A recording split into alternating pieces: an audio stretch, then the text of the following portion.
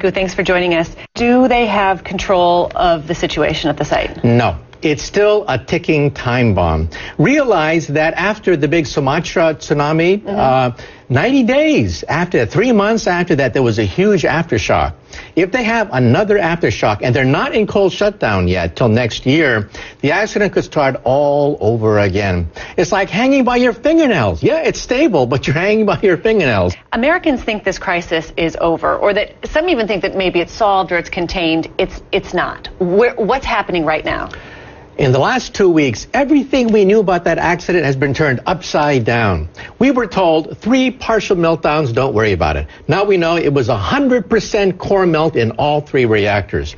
Radiation, minimal that was released. Now we know it was comparable to the radiation at Chernobyl. And as far as evacuation, 12 miles, that's it. You don't have to evacuate beyond 12 miles. Now they find hotspots, 4 hotspots outside the evacuation zone.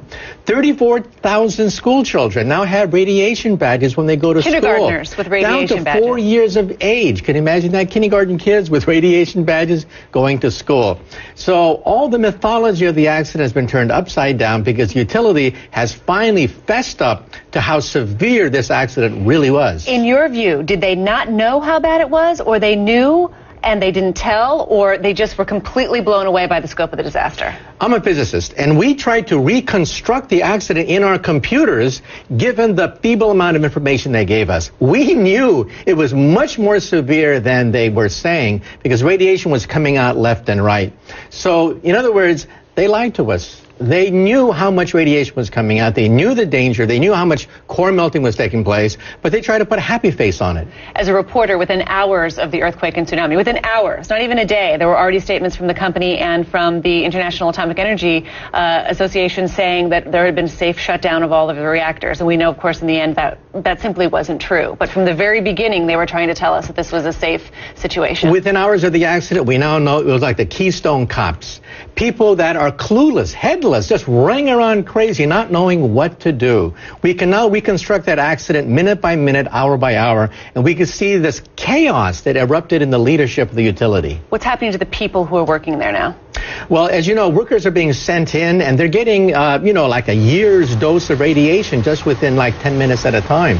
At Chernobyl, 600,000 workers had to be mobilized, each one going in just for a few minutes, each one getting a medal from Gorbachev. This will be the 100-year cleanup. How long will it take to clean this up, in your view? 50 to 100 years. And we're not there yet. We're not to the point of talking about the cleanup yet because they haven't stopped the reaction. It's still happening. Cleanup hasn't even started yet. They're not in cold shutdown till next year. Cold shutdown is when boiling stops. Right. It's boiling water right there at the reactor, releasing radiation into the environment and releasing radiation into gigantic vats. How are they storing and disposing of this stuff? That's the killer, because they have all these vats that are filling up now. They may have to dump it into the ocean again. At that point, the Chinese, the Koreans, the fishermen, they get up all in arms because there's so much damage that every time you put water in, it leaks right out again, highly radioactive, and it's filling up at the site now. So what do they do with it?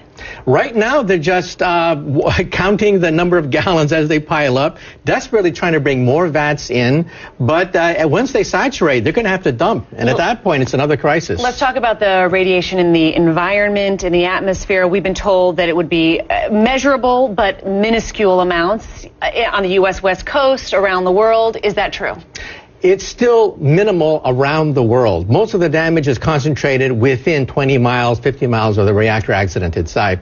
That's where we have the hot spots. That's where we have 20 times normal amount of radiation in schoolyards outside the evacuation zone. But in New York City, you can actually see it in the milk.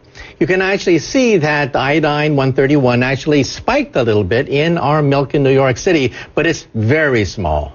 Just even hearing that, though, I mean, even hearing that you can detect it, that there's a catastrophe that is the worst catastrophe, industrial catastrophe in history, that we can see it in milk in New York, that's frightening. That's right. This could be the granddaddy of all industrial accidents, topping Chernobyl at 200 billion, topping the Gulf oil spill at about 15 billion, topping the Challenger Columbia disasters in space at about 10 billion. This could be the world's record holder for an industrial accident. How many